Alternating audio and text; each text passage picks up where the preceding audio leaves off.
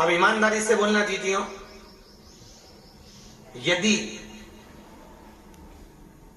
आपके घर में 1 वर्ष तक कोई छोटा सा बालक, चाहे वो बेटी का, आप लोग देखिए जब बेटी को बालक बच्चा होता है और माँ के घर में रहता है तो 2-4 महीने रहता है तो ही नानी का इतना प्रेम बढ़ जाता है।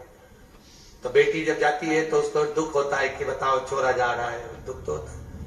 अब माँ जगतजननी जगदम्बा पार्वती की गोद में 1 वर्ष तक अंधकासुर है। 1 वर्ष।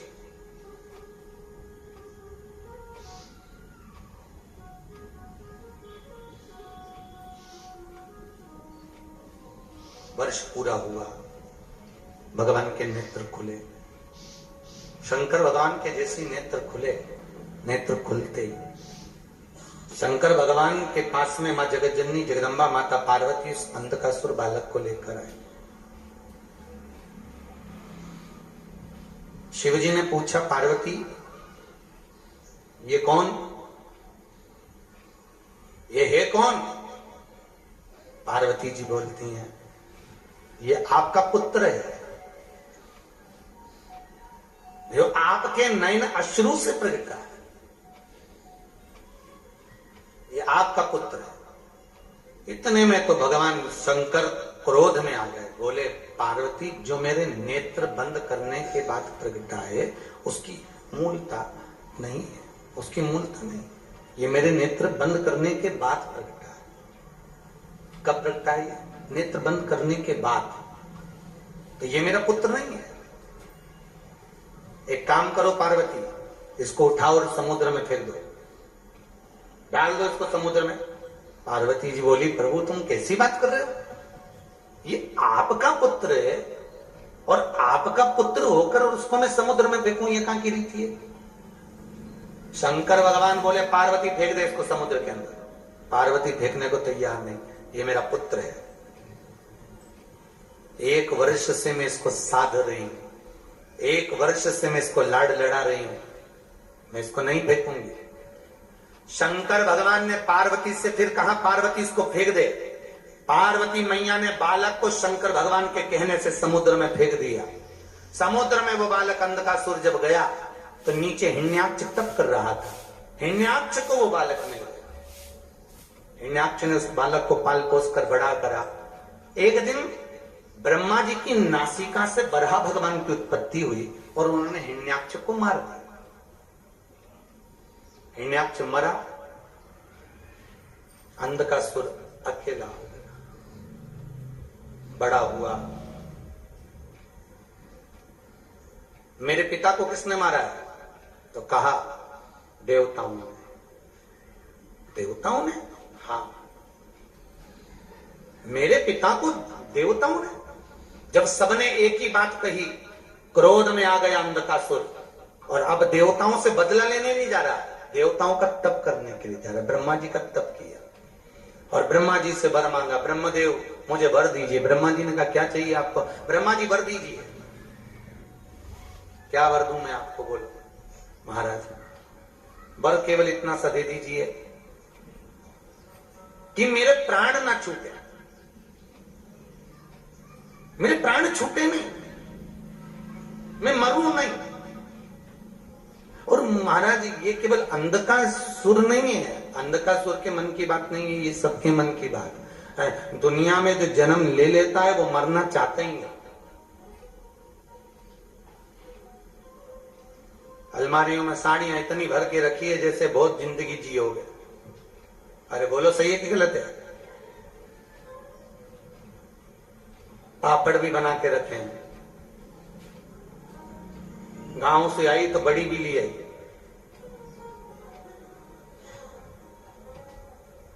सामान भी बहुत सारा इकट्ठा कर, सामान 100 वर्ष का है और पल की खबर नहीं। बहुत रखा है, बहुत।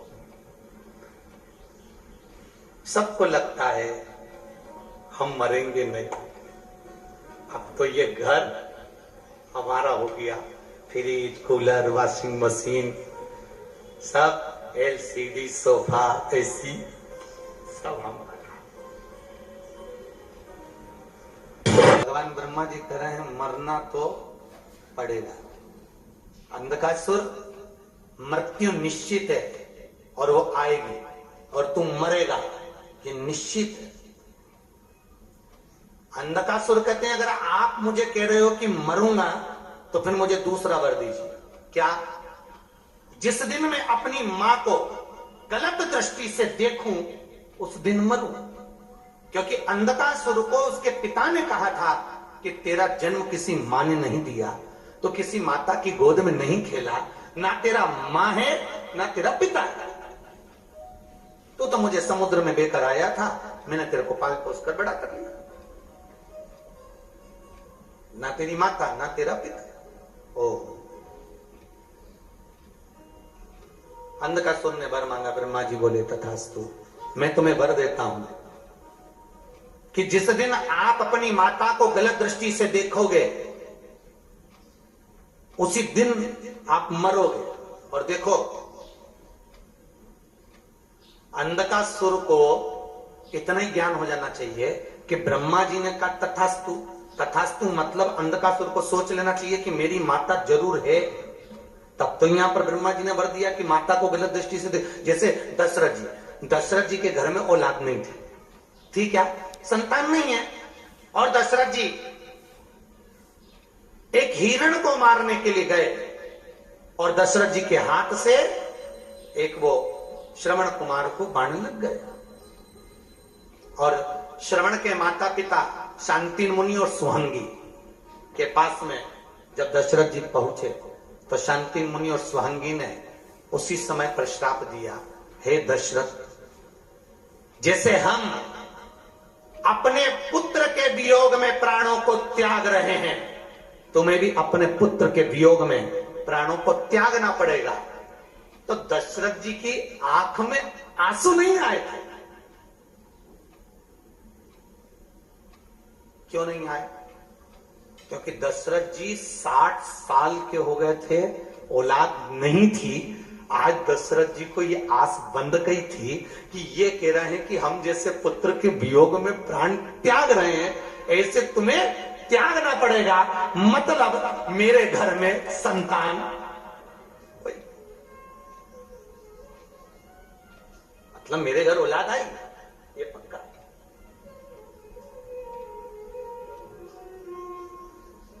कई माताएं जब बोलती है ना, हाँ, मालूम पड़ेगा जब घर में बहू आएगी ना तेरे, तब तो ये मालूम पड़ेगा।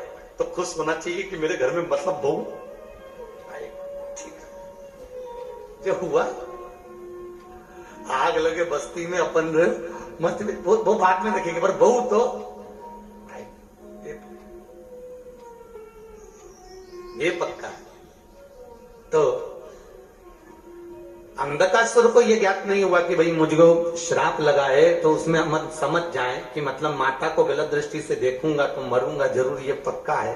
पर उसमें भी उसको भान नहीं होगा। भगवान किसी भी रूप में आपको कहीं ना कहीं किसी प्रकार से आकर कुछ ना कुछ ज्ञान प्रदान करते हैं, ये पक्का है। आएंगे और कभी। अब अंधकासुर सत्ता स्थापित कर कर बैठ गया। आज अपने दूतों से कहा जाओ मुझे विवाह करना है, जो दुनिया की सबसे सुंदर स्त्री हो उसको ढूंढो। सारे दूत गए, ढूंढ कर आकर अंधकासुर से कहते हैं आप कह रहे हो कि दुनिया की सबसे सुंदर स्त्री को ढूंढो। जो दुनिया की सबसे सुंदर स्त्री थी उसको तो शंकर जी ले गए। कौन? माता पार्वती, जो दुनिया की सबसे सुंदर। और आज भी नवरात्रि में आप माता जी के मंदिर में जाकर दर्शन करिएगा।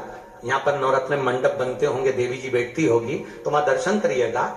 अगर माता जी का चेहरे का दर्शन करोगे देवी जी के, तो इतनी सुंदर नजर आती है। तो समझने वाली बात है कि तेरी प्रतिमा इतनी सुंदर है तो तू कितनी सुंदर होगी, जरा विचार कर। वो सुंदरता कितनी होगी मां, प्रबल सुंदर, प्रखर, कितना अति से ज्यादा। और शास्त्र कहता है मां जगत जननी जगदम्बा जी से ज्यादा सुंदर शंकर जी थे। किनसे ज्यादा सुंदर? पार्वती से ज्यादा। एक बार गणेश जी ने कह दिया पिताजी, शंकर जी बोले बोलो क्या बात है? ये रोज भस्मी चढ़ाकर बैठे रहते हो, जटाजूट बांधकर बैठे रहते हो, इतने सारे देवी देवता कितने अच्छे अच्छे कपड़े में रहते हैं, कितने सुंदर दिखते हैं, और तुम ये भस्मी मस्मी रमा के रहते हो, जरा आपका असली रूप देखना है मुझको। शंकर भगवान ने कहा ठीक है चल मेरे साथ। अब गणेश जी सोचे चलो। अब गणेश जी जैसे ही जाने लगे तो इतने में सारे देवी देवता आ गए, 33 कोटि देवता। सबने सोचा शंकर जी को आज तक बिना भभूति के नहीं देखा, बिना जटाजूट के शंकर जी को नहीं देखा। तो 33 कोटि देवता आ गए, सब के सब हरिद्वार में गंगा के घाट पर, इसलिए उसको कहते हैं हर की पौड़ी। सारे देवी देवता वहां आ गए, सब बैठ गए इकट्ठे होकर, गणेश जी भी बैठ गए। अब शंकर जी से कहा जाना क्या? भोलेनाथ जी अपने बेटे के कहने से गंगा जी में कूद गए। गंगा जी में कूद के जैसे निकले, वो 33 कोटि जितने देवी देवता थे सब गणेश जी के पास दौड़ के पहुंच गए। अपने पिताजी से क्यों जैसे थे वैसे ही हो जाओ। 33 कोटि देवता। गणेश जी शंकर जी के पास जाकर बोले पिताजी। शंकर जी बोले बोल क्या बात है? पिताजी आप जैसे थे वैसे ही हो जाओ। तो शंकर जी बोले क्यों? अब 2-4 दिन तो रहने दे। नहीं, जैसे थे वैसे ही हो जाओ। तो शंकर जी ने पूछा क्यों? तो सारे देवताओं ने कहा था हमारे बारे में मत कहना तो कुछ है, नहीं तो शंकर जी सोचेंगे सब जल गए है हमारे। तो तुरंत गणेश जी बोले महाराज जी पिताजी आप जैसे थे वैसे। तो क्यों? गणेश जी कहते हैं मैं अपनी मां से ज्यादा सुंदर किसी को देख नहीं सकता, और आप मेरी माता से भी ज्यादा सुंदर हो महाराज, मेरी माता से भी ज्यादा। शंकर इतने सुंदर, इसलिए उनके लिए कहते कर्पूर गौरम करणाव, अति सुंदर। महाराज ये भगवान विष्णु को जो लक्ष्मी जी मिली है ना, ये लक्ष्मी जी जो माता लक्ष्मी की जो माँ थी, लक्ष्मी जी की माँ का नाम क्या था? ख्याति देवी। क्या नाम था? ख्याति देवी। तो लक्ष्मी जी की जो माँ थी ना ख्याति देवी, ये शंकर जी की बहुत उपासक थी, शिव जी की पूजन दिन रात करती थी। और इन्होंने अपनी बेटी लक्ष्मी का ब्याह शंकर जी से करने की ठान ली थी। अब शंकर भगवान से जब ब्याह करने की ठानी तो मन में आ गया कि मेरे को तो शादी करना है तो शंकर से करना है। तो आज ख्याति देवी शिव जी के पास पहुंच गई। हर हर। शंकर जी ने पूछा अरे ख्याति आ गई तुम? हाँ। जल वगैरह चढ़ाया। आज ख्याति देवी मौन होकर बैठ गई, मुंह पे हाथ रख के बड़े प्रेम से बैठी मंदिर के अंदर। शंकर भगवान ने पूछा क्यों नहीं ख्याति, आज तो तू बड़ी चुपचाप बैठी है, क्या हो गया तेरे को? ख्याति बोली भोलेनाथ मेरी बेटी लक्ष्मी का ब्याह करना है मेरे को, तो कर दे, करने में क्या दिक्कत है? नहीं, करना आपके साथ है। शंकर भगवान बोले हो गया कल्याण। शिव जी बोले मैं नहीं कर सकता। क्यों? भगवान भोलेनाथ जी बोले मैं नहीं करूंगा, मुझे करना ही नहीं प्रभु, आपको लक्ष्मी ब्याहना पड़ेगा। शंकर भगवान बोले अच्छा मैं कल तक बताऊंगा। ठीक है। अब कल तक बताना था, इतने में आ गए भगवान विष्णु। जैसी ख्याति गई भगवान विष्णु आ गए। भगवान विष्णु आकर शंकर जी से बोले भोलेनाथ लक्ष्मी जी मुझे प्रिय है, मैं लक्ष्मी से विवाह करना चाहता हूँ। शंकर भगवान बोले तो उसमें कौन सी बड़ी बात है, अभी कल विवाह तुम्हारा पक्का, पर करूं क्या?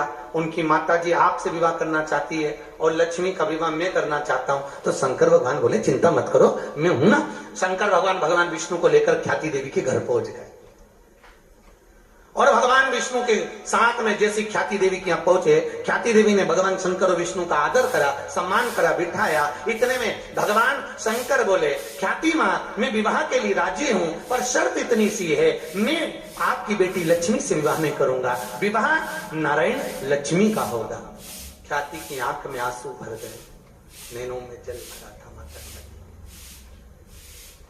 और माता ख्याति की आंखों में जैसी अश्रु भरे, आंसू भरकर माता ख्याति हाथ जोड़कर बोली भोलेनाथ मैं तो बेटी आपको देना चाहती थी और आप विष्णु को दिला रहे हो। भगवान कहते हैं सुनो ख्याति मां, लक्ष्मी भले नारायण को ब्याहे, पर मैं लक्ष्मी को वर देता हूं कि लक्ष्मी विवाह तुम्हारा नारायण के साथ होगा, पर बेल के वृक्ष के नीचे, बेल के जो बेलपत्र होता है, बेलपत्र के वृक्ष के नीचे लक्ष्मी तेरा वासा 24 घंटे रहेगा। 24 घंटे तो वहीं रहेगा। तो आज भी शिव महापुराण की कथा कहती है, जब हम शंकर भगवान को बेलपत्र समर्पित करते हैं तो वो बेलपत्र केवल तुमको वैभव प्रतिष्ठा नहीं, जो जीव भगवान शंकर को बेलपत्र देता है उसके घर में लक्ष्मी की वृद्धि होती है। लक्ष्मी कितना सुंदर कहा है, केवल एक बेलपत्र का पत्ता ही ऐसा होता है जिसको डायरेक्ट पेड़ पे से तोड़कर शंकर को नहीं चढ़ाया जाता। फूल, मंदिर जा रहे थे, रास्ते में कोई वृक्ष पड़ जाए पुष्प का तो तुम तोड़ के भगवान को चढ़ा सकते हो, मना नहीं है। पर बेल का जो पत्ता होता है, बेलपत्र जो होता है, इसको तोड़कर पहले घर लाना चाहिए। कहां लाना चाहिए? घर। और घर लाने के बाद फिर इस बेल के पत्ते को फिर भगवान शंकर को समर्पित करने जाना चाहिए। क्यों? पहले लक्ष्मी इस बेल के पत्ते के रूप में हमारे घर में आकर विराजमान हो, उसके बाद में जब हम बेल के पत्ते को धोते हैं तो लक्ष्मी वहां झड़ती है, झड़ने के बाद फिर भगवान को समर्पित होती है। बेल के पत्ते को घर में बेल कर। अब तो प्रियता भगवान भी नहीं चाहते, देवता भी नहीं चाह रहे कि शिव सुंदर, तो भगवान शंकर आनंद में विराजमान है। जगत जननी पार्वती माता, जगत जननी दुर्गा, बहुत सुंदर, बहुत सुंदर। और मां अंधकासुर कह रहे हैं जो सुंदर है उसको लेकर आओ, तो कहा वो तो शिव ले गए, शंकर ले गए। शिव ले गए? हाँ। तो क्या पार्वती इतनी सुंदर है? हाँ। इतनी सुंदर? हाँ। अब इतना सुनना था तो अंधकासुर कहते हैं अगर वो नहीं आ सकती तो मैं उसको लेने के लिए जाऊंगा। और विनाश काले विपरीत बुद्धि, चले भगवान शंकर तो अपनी मस्ती में बैठे हुए थे, मां जगत जननी कुछ कार्य कर रही थी और वहीं अंधकासुर का प्रवेश हो गया। वहीं अंधकासुर का प्रवेश, और अंधकासुर का प्रवेश हुआ। मां जगत जननी जगदम्बा को देखा, अंधकासुर ने, बड़ी सुंदर थी मां, बड़ी सुंदर। कहते हैं दुनिया को अखंड सौभाग्य देने वाली वो जगत धात्री दुनिया को अखंडता